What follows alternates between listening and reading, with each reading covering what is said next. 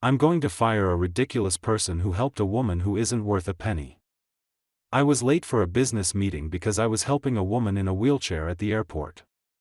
That's why I was fired from the company today, but I don't regret it. I'm sure if I had ignored her, I would have felt an aching sense of guilt every day. As I was packing to leave the company, the manager, Bill, came running frantically. "Mr. Hayes, you need to see the news right now." President Hayes's face drained of color, not knowing what was happening. I looked at the TV and saw the woman in the wheelchair that I had helped. In the next moment, I understood everything. Yes, actually, she was. "My name is Tyler. I'm 28. I'm just an ordinary office worker at a care products company. I've been working for this company since I graduated, and recently, as the company's sales performance improved, my income has slightly increased. I was, of course, happy about the company's growth. However, I felt a bit uneasy about the way the company was doing business. This was because, under the direction of Bill, who is my manager, we had started adopting a sales style that prioritized pushing products over considering the benefits for our customers. While we were creating reliable products, this sales style did increase our transactions. I questioned the practice of selling products to people who didn't need them. I once confronted Bill about our current sales approach, but he wouldn't even listen. "Bill, shouldn't we change our sales approach a bit?" I asked. "We're increasing our transactions, so why change?" he replied. "True, our transactions are up, but this approach might harm our reputation with customers in the long run," I said. "We shouldn't worry about our reputation, but I think there's no need to push unnecessary products. If customers are paying, it can't be unnecessary. If you're so concerned, what do you suggest?" Bill asked. "Maybe something that responds to the customer's needs," I suggested. "That sounds like an excuse from someone who can't do their job well. You haven't been doing well, have you? Your performance has always been terrible," he said. Before the sales policy change, I was always among the top performers in the company, but since the change, I couldn't adapt, and my ability to close deals faltered. Because of that, my performance plummeted, always ranking at the bottom. Bill and Mr. Hayes hadn't complained about me before, but after my performance visibly dropped, they started to belittle me. "Complaining even though you perform poorly is troublesome. Are you wasting time with pointless chatter again?" they would say. Then Mr. Hayes came to check on the office work. Seeing him, Bill stood up respectfully. "Mr. Hayes, good to see you," he said. "Good to see you, Tyler. Are you troubling Bill with your nonsensical talk again?" Mr. Hayes asked. "Listen to this, he's saying our sales policy is wrong," Bill added. "Wrong? Bill's strategy has been contributing to the company's growth and is, in fact, a success, isn't it?"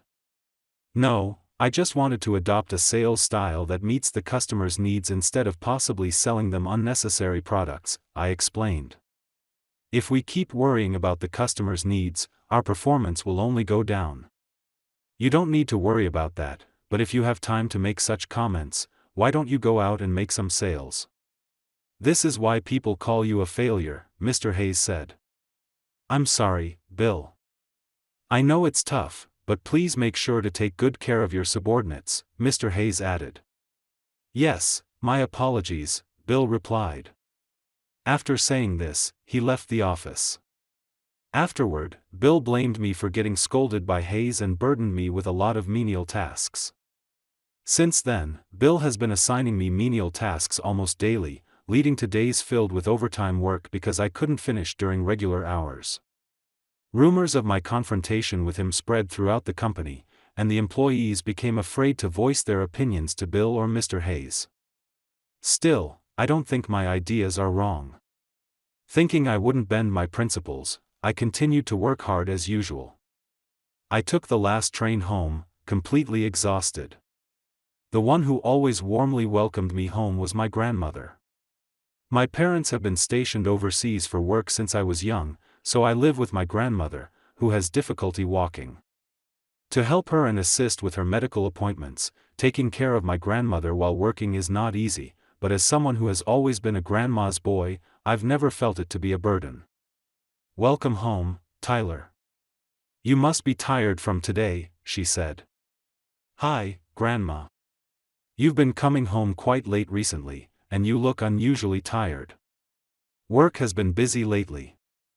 I'm okay, I replied. Are you sure you're not worrying about something, are you? She asked. She has always been kind to everyone and sharp at noticing even the slightest changes. I thought I was acting cheerful around her, but it seems she saw right through me. I confided in her about my work troubles and conflicts with my supervisor. So that's what's been happening, she said. Yeah, I wonder if I have no choice but to follow the supervisor's approach to secure contracts, I replied. How have you been conducting your sales recently? She asked. I've been listening to the customers and recommending only what they need. It seems to make them more satisfied.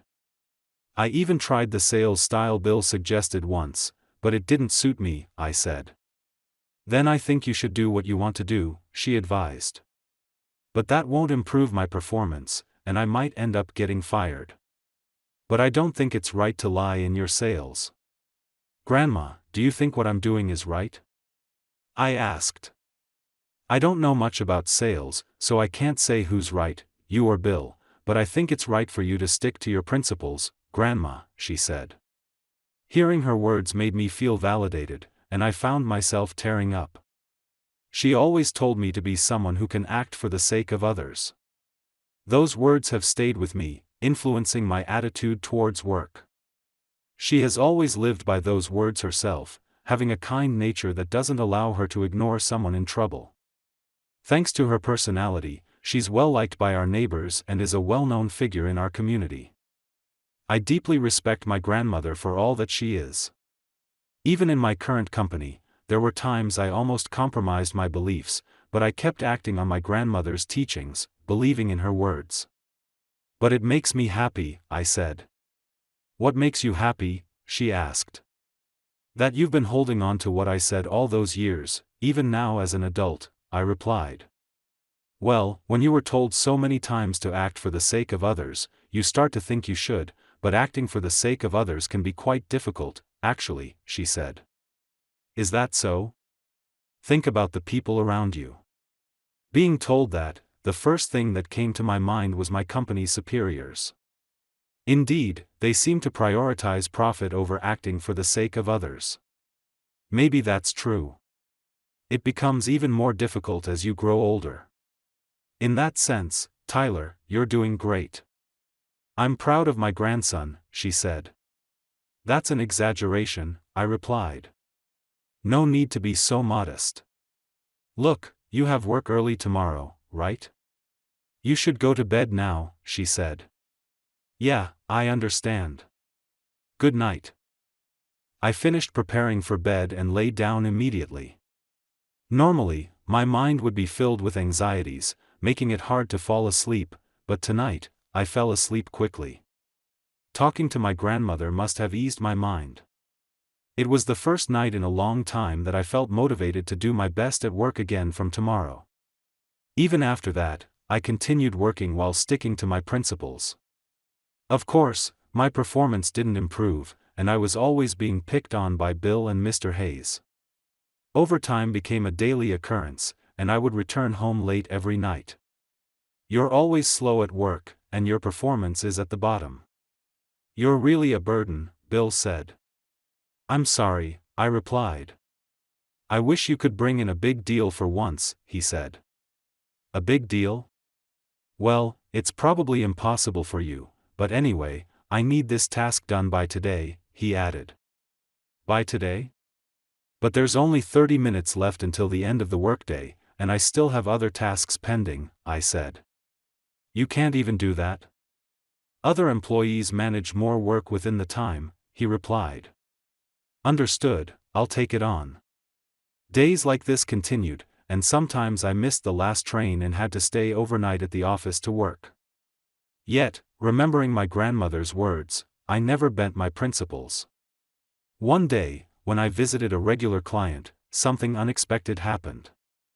"I'm really grateful for everything you've done for us, Tyler," the client said. "No, I should be the one thanking you."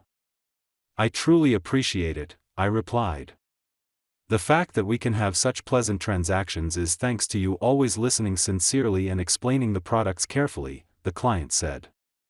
"That's too kind." "I'm just doing what I believe is right," I responded. "I was wondering if I could entrust this to you, Tyler," he said. "Huh?" I asked. "There's a certain company looking for a new trading partner." I thought, "How about Tyler's company?" he said. "Really? Which company would that be?" I asked. "It's Johnson Corporation," he replied.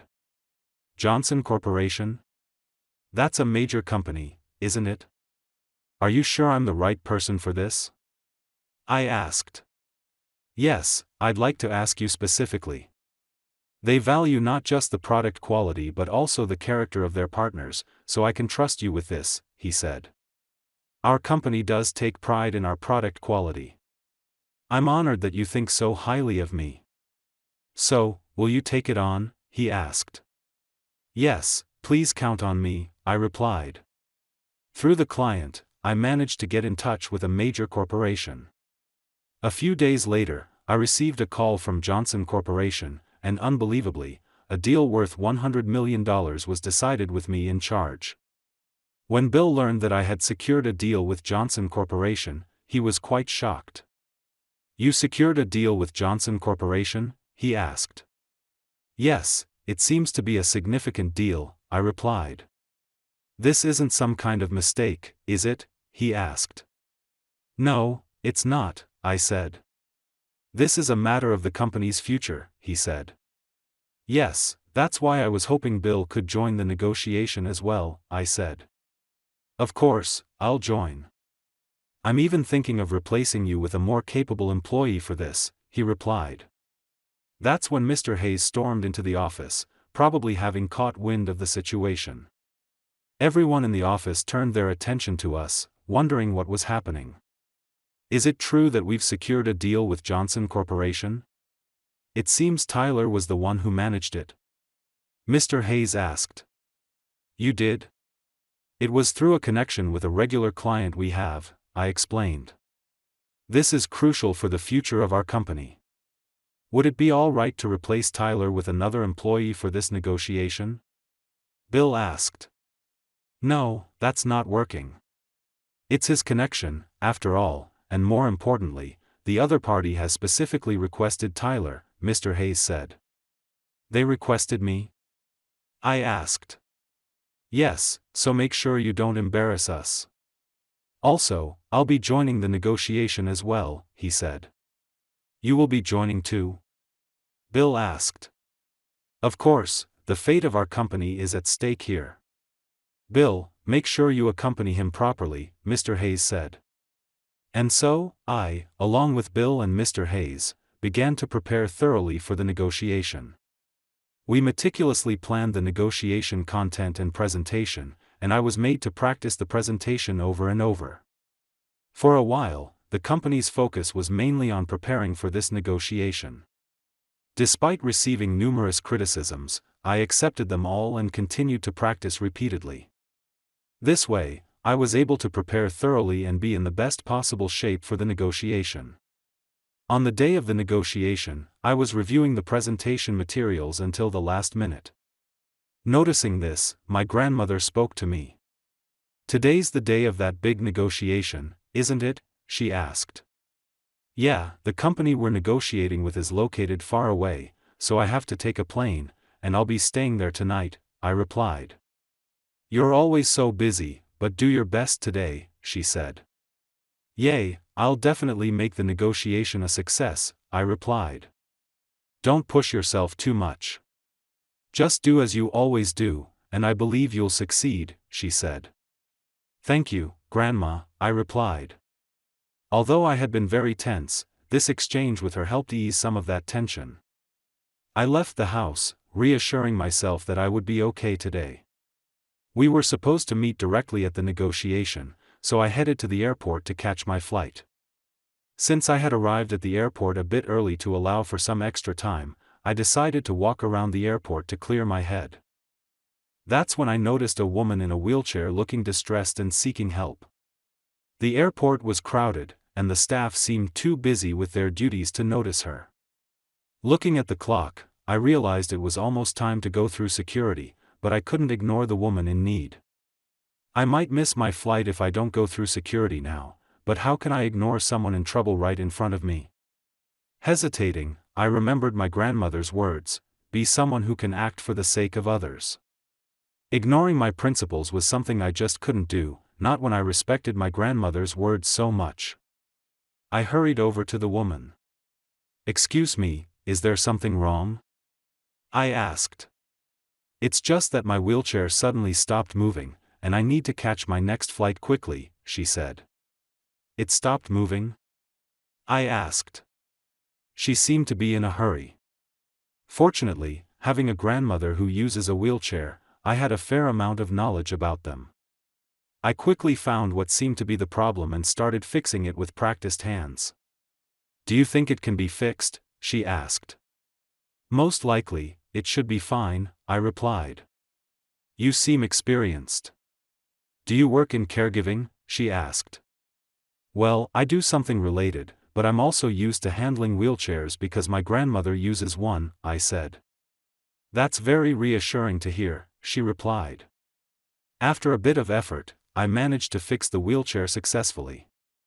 The wheelchair started moving again, and noticing the woman's urgency, I explained her situation to a staff member who happened to be free and asked them to accompany her to her flight. "Thank you so much for everything," she said.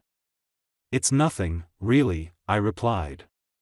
When I checked the time, the plane I was supposed to board had already taken off. I hurriedly said goodbye to the woman and rushed to change my reservation to the next available flight. As I was about to leave, I heard the woman calling out to me from behind. "Please wait. My name is Haley Eris." "May I have your name?" she asked.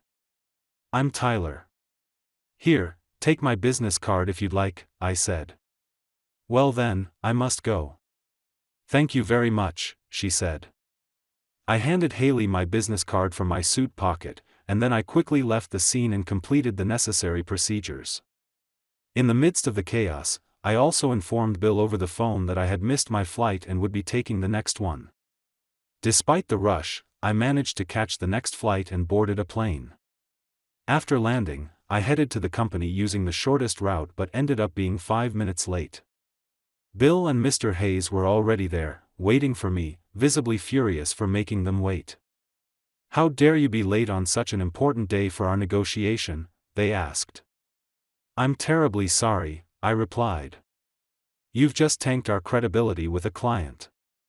How do you plan to take responsibility for this?" "By the way, why were you late?" they asked. Well, actually, I explained the incident at the airport to them. I thought they would understand if I explained, but it seems that was just my wishful thinking. As soon as I finished explaining, Bill started berating me loudly. "A woman in a wheelchair is worthless compared to a deal with Johnson Corporation. Can't you see that?" he said. "But I couldn't just ignore her," I replied. "You should have. Ignoring someone is something even a kindergartner can do." "Why couldn't you?" he asked. "Enough, Bill.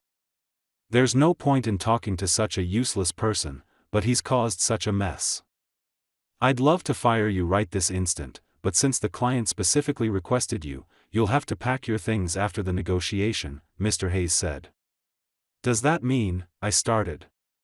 "Yes, you're fired, but you'll still attend the negotiation. After that, you're of no use to us. Bill and I will lead the discussion, so don't bother doing anything," he said. "But I've practiced so much. Please let me try," I pleaded. "Don't you get it? Someone who prioritizes worthless trash over their job doesn't need to do anything." "You are just in the way," he said. At a loss for words, I couldn't respond to their harsh criticism. While we were arguing, a staff member from Johnson Corporation appeared and led us to the president's office.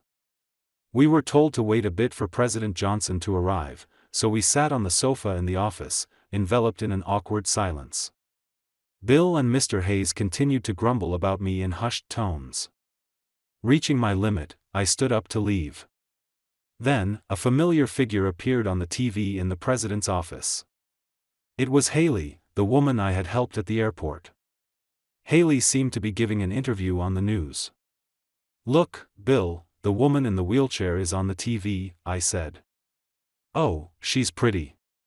It's a pity she has a disability," he replied. Even as their conversation reached my ears, I was shocked to see Haley on TV, realizing she was someone significant. Haley is on TV. Why? I wondered. To my astonishment, Haley started talking about the incident at the airport with a smile on her face. "Actually, on my way to the studio, my wheelchair broke down at the airport, and I almost missed my flight. But then, a salesperson from Hayes' company fixed my wheelchair and escorted me to the gate. We also value personality in our employees, and I hope they can be inspired by him. Of course, we're proud of our excellent staff," she said. Hearing her interview, Bill and Hayes exchanged looks. "Hayes, about that interview just now," Bill started. "No way, that can't be," Hayes replied. Then, President Johnson finally appeared in the office. "Sorry for the delay," he said. "Not at all, it's totally fine. We apologize for taking up your time." "We're really sorry for our subordinates' behavior," they replied. "It's okay. By the way, you saw my daughter on the news just now, right? The salesperson she was talking about was you, wasn't it?" President Johnson asked. "It seems so," I replied. "Seems so? You're quite humble. You're truly a wonderful person. Let me thank you on behalf of my daughter." "Thank you very much," he said. "No, I just did what anyone would do," I replied. "That's right. Well, since Mr. Johnson has said so, let's just let bygones be bygones regarding Tyler's tardiness this time," Mr. Hayes said. "But earlier, you said I was fired," I pointed out. "Be grateful that kind Mr. Hayes is forgiving you," they said, cutting me off as if to silence my words. The two of them pressured me as if to say not to speak any more unnecessary words. "Thank you for your generous understanding, Mr. Johnson. Shall we proceed to the negotiation?" they asked. But as we were about to start the presentation, he stopped us. "No need for that," he said. "Does that mean," they started. Seeing his positive reaction to me, they were perhaps hoping that he would accept the deal. They smiled with joy. "Does this mean the deal is set? You truly have an eye for quality to recognize our value without even needing a presentation," they said. "Yes, it seems his reputation is well deserved." "Then let's sign the contract right away," Mr. Hayes said. As he was about to pass the documents, Mr. Johnson made an unexpected statement. "Sign? I never said anything about making a deal," he said. They were puzzled. "Why not? Doesn't 'no need to talk' mean you'll make a deal with us?" "What do you mean by that?" they asked. "Well, the reason is clear. I can't make a deal with people who insult my daughter," he said. "My daughter? We never said anything of the sort, right, Bill?" "It must be some misunderstanding," Mr. Hayes said. "No misunderstanding. You were speaking ill of my daughter on TV," Mr. Johnson said. "On TV? No way," they replied. "Yes, that." Just then, a familiar female voice was heard as the door opened. There sat Haley in her wheelchair. They turned pale, realizing who she was. "We had no idea she was your daughter.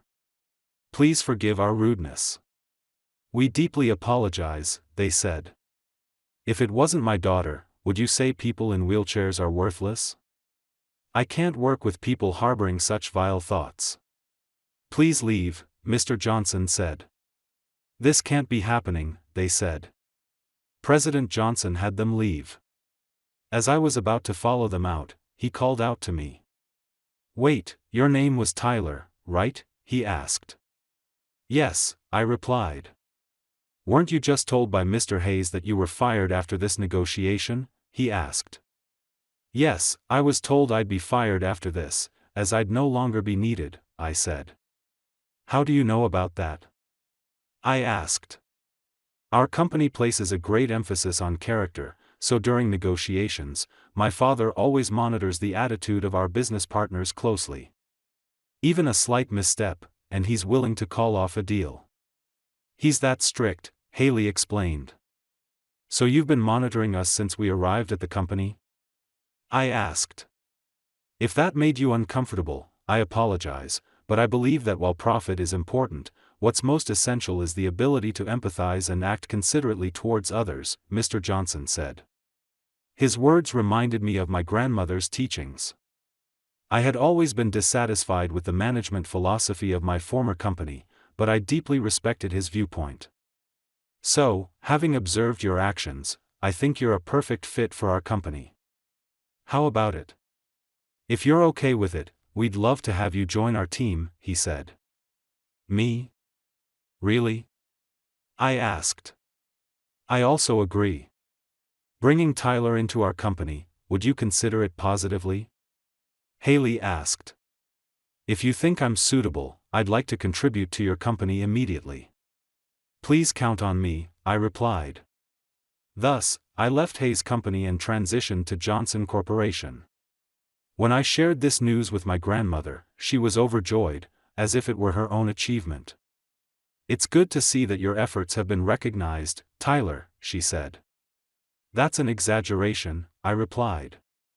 "What are you saying?" "Your parents overseas are thrilled. Moving to such a prestigious company is amazing," she said. "Grandma, did you go ahead and tell them?" I asked. "It's not a bad thing, right? In fact, I even boasted about it to our neighbors," she said. "Grandma, that's embarrassing," I said. "Tyler, acting for the benefit of others is a good thing, isn't it? If Grandma hadn't taught me that, I might not have found such a great company." "Thank you," I said. "I didn't do anything. You achieved this on your own, so be more confident in yourself," she said. "All right," I replied. Thus, even after joining Johnson Corporation with a recommendation from Mr. Johnson himself, I never became arrogant but continued to work in my own way. As a result, my efforts were recognized, and I quickly climbed the career ladder. Meanwhile, Hayes Company's reputation declined due to the incident.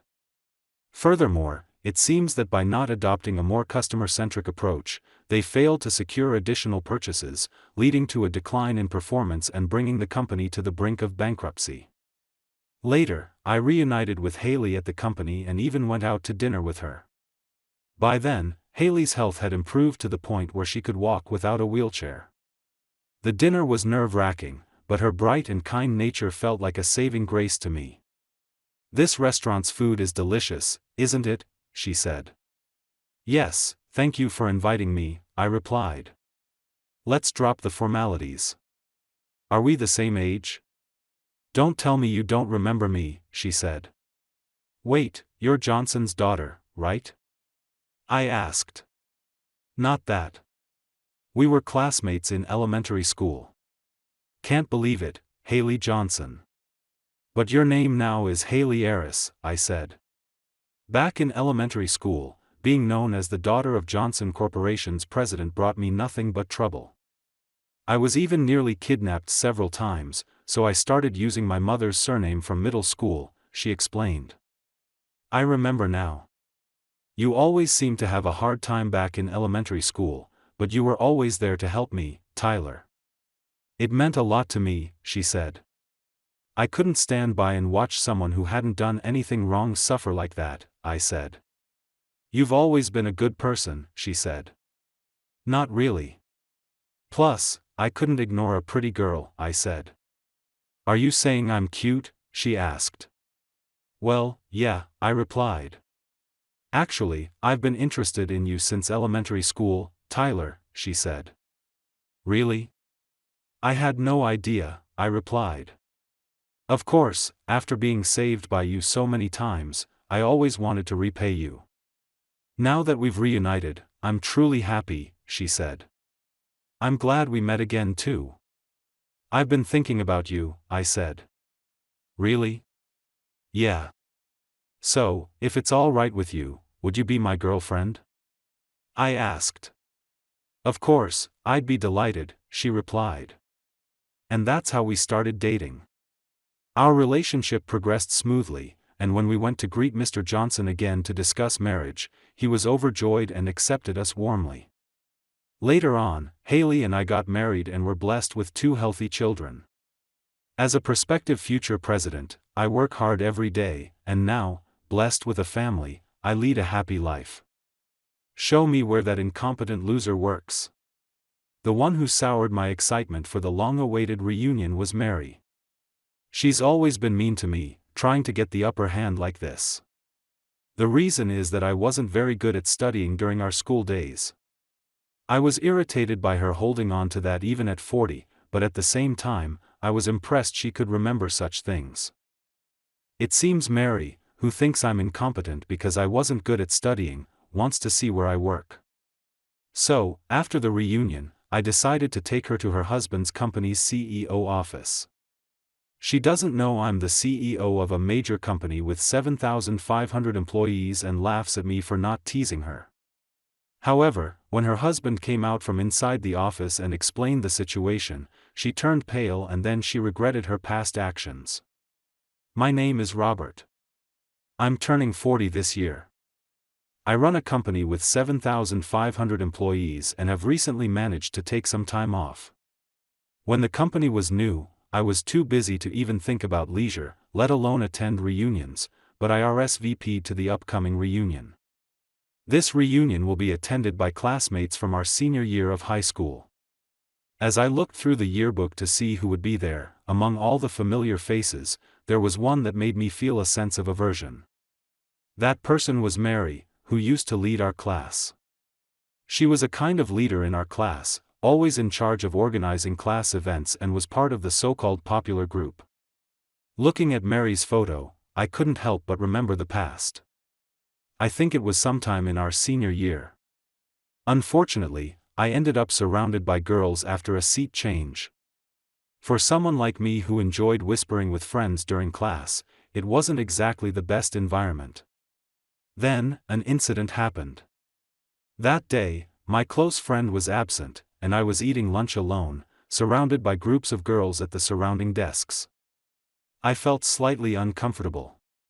As I popped a side dish into my mouth, hearing the beautiful chirping of birds from outside, I instinctively wanted to see the view and looked up towards the window. At that moment, I made eye contact with a girl nearby. That girl was Mary. "Hey, what are you looking at? You were just staring at my chest, weren't you?" she said. "I was just trying to look outside," I replied. "What are you saying?" "I misunderstood," she asked. "No, it's not like that," I said. But for some reason, she was convinced I was looking at her chest and kept accusing me throughout lunch break. Moreover, her voice carried across the classroom, turning the suspicion into a source of cold stares from classmates. No matter how much I tried to explain, Mary seemed determined to paint me as a bad guy. Eventually, the classmates' misunderstanding was cleared, but that was the start of the harassment from Mary and her friends. "There you go, looking my way again. It's creepy, so stop it," she'd say. "I told you, I'm not looking at you," I'd reply. "Sure you're not," she'd say. Accusations like these were frequent, and sometimes they'd even hide my textbook. My classmates and friends always came to my rescue, but Mary never stopped her harassment. In fact, her anger only grew when she saw I had support, escalating her behavior. For example, she'd write fake love letters to call me out, only to ridicule my earnest waiting, or she'd give me a different meetup location for a class party. Luckily, I was supposed to go to the party with a friend, so I managed to get to the right location. Mary didn't stop her harassment until we graduated. I had completely forgotten about her after graduation, but it seems she'll also be attending this reunion. Despite a slight sense of dread, I was looking forward to seeing my old classmates after such a long time. 1 month after receiving the invitation, the day of the reunion finally arrived. Having finished important work the day before, I was ready to fully enjoy the reunion today. With a mix of nervousness and excitement, I headed to the venue for the reunion. This time, it seems there are many attendees, so a slightly more upscale venue was chosen. The plan was to use a luxury hotel as a venue with a participation fee of $100 per person, which is a bit on the higher side, but at 40, most people can afford that amount without much trouble. I took the elevator to the designated floor and checked the guide board. Upon arriving, I handed an envelope containing the participation fee to a classmate at the reception and entered the venue, where several people had already arrived. Looking around, I immediately spotted Mary. Wanting to avoid her as much as possible, I tried to move to the edge of the room, but unfortunately, I seemed to have caught her eye. Noticing me, Mary happily hurried over. "I never thought you'd attend the reunion. Did you actually pay the fee?" she asked. "It's been a while. I just handed it over at the reception," I replied. "Really? We probably had someone else pay for you," she said. "I paid with my own wallet, actually," I replied. Right from the start, Mary was throwing snide remarks my way. I thought she might have matured at 40, but she's just the same as she was in school. My faint hope that we might get along now was dashed, and with a slightly slumped shoulder, I decided to go get a drink. I headed for the drinks to shake off Mary, but somehow, she followed me. She then started asking various things, like what job I'm doing now and how much money I have. "Hey, where do you work now?"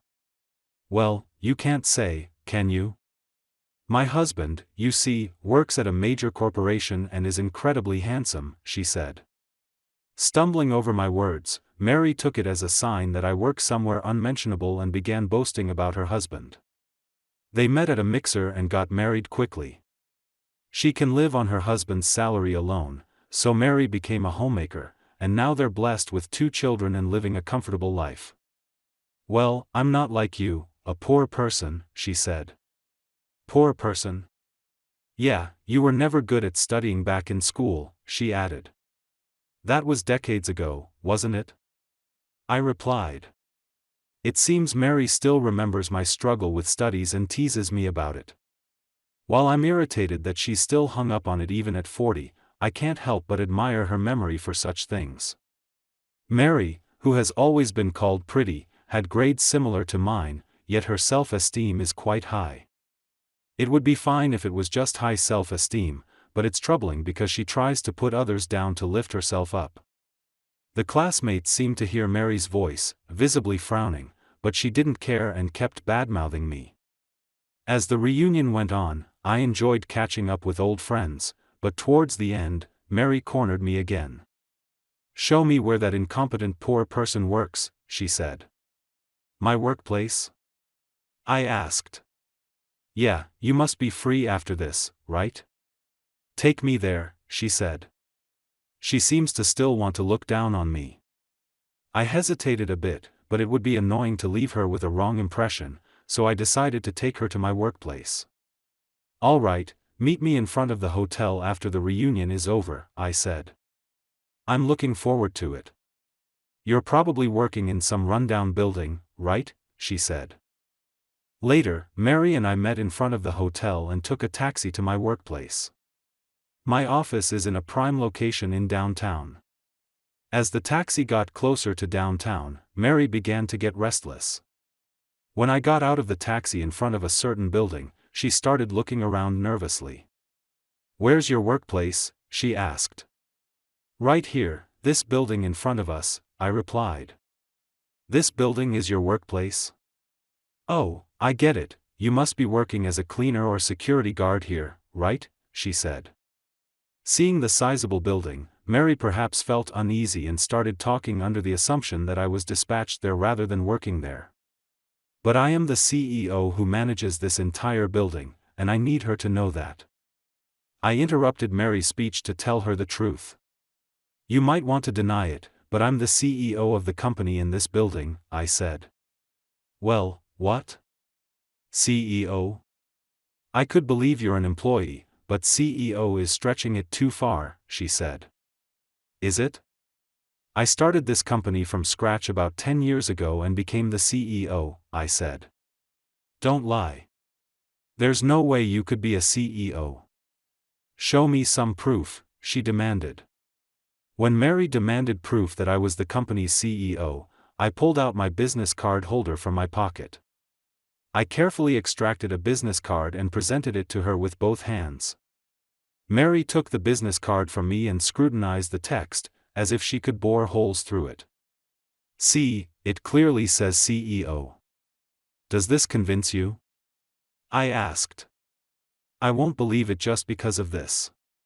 Anyone can forge a business card, she said. Why are you so unwilling to accept that I'm the CEO? I asked.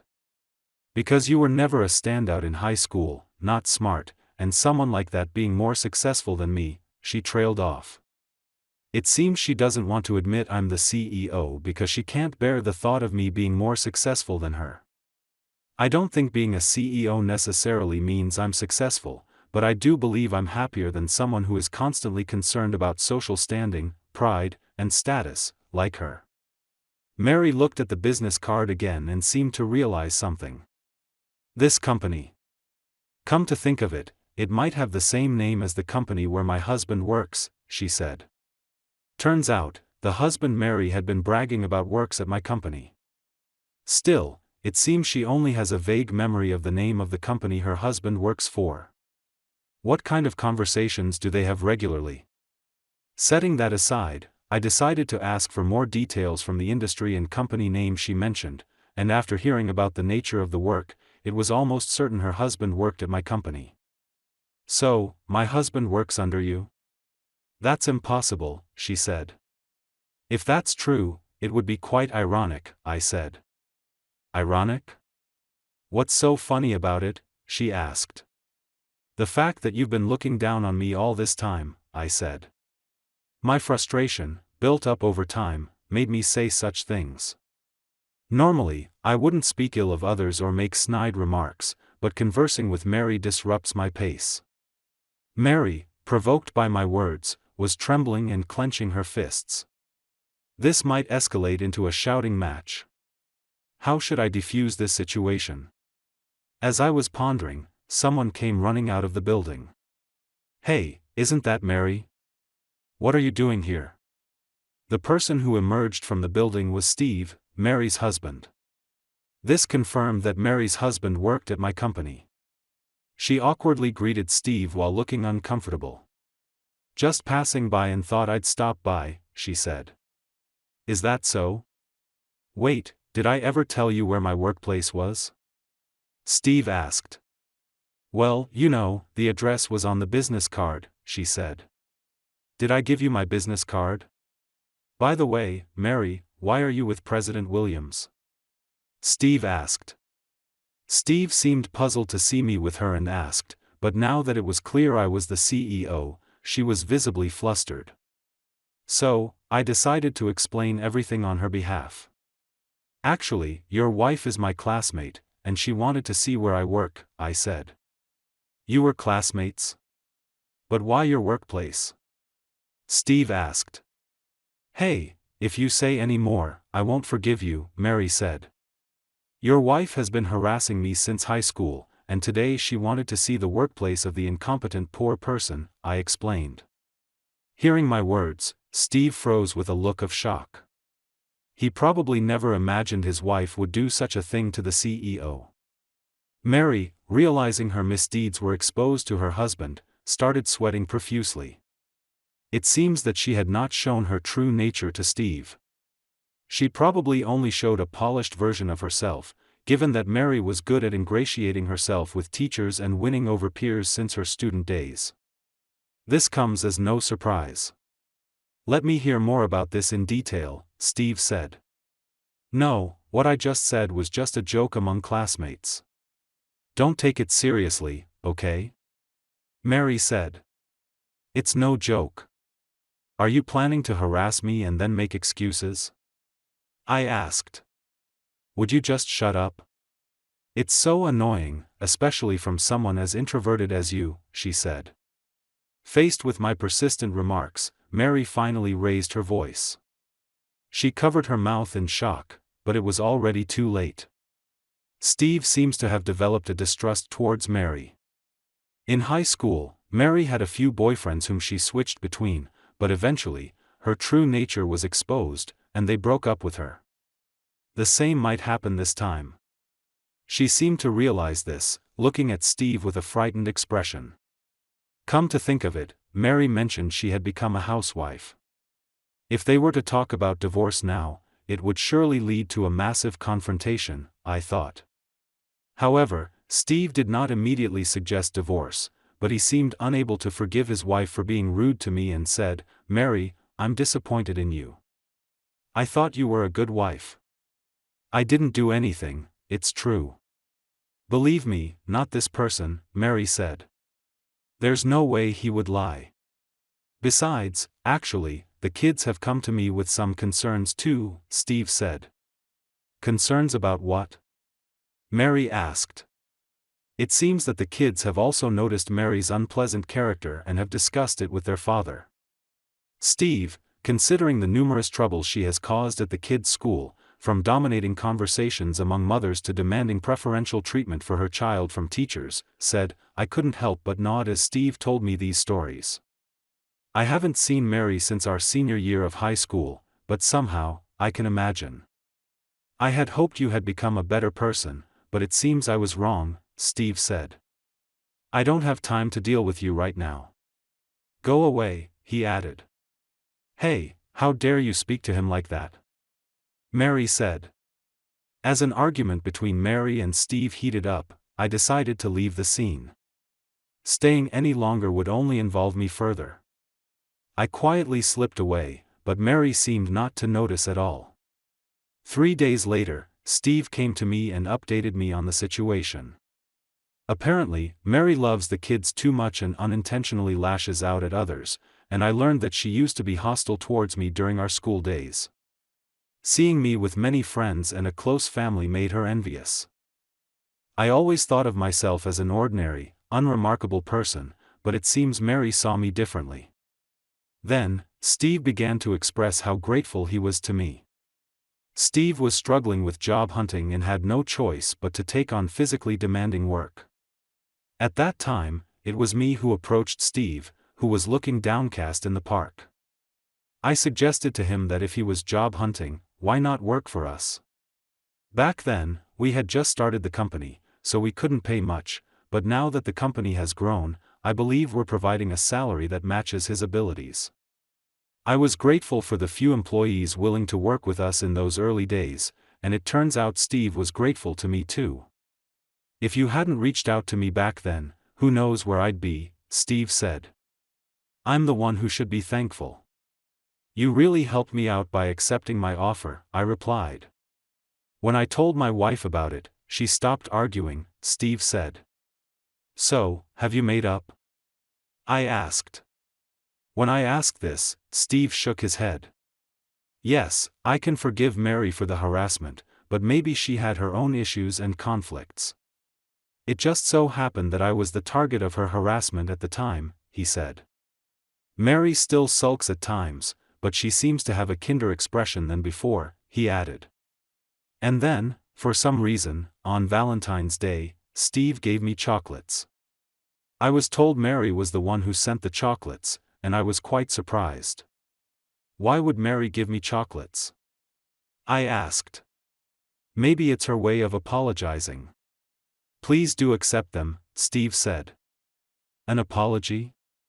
Then I have no choice but to accept, I replied. With that, I took the chocolates that were offered, and wrapped inside, I found a letter of apology. Although I still dislike Mary, when I attended the reunion, now I don't feel as angry.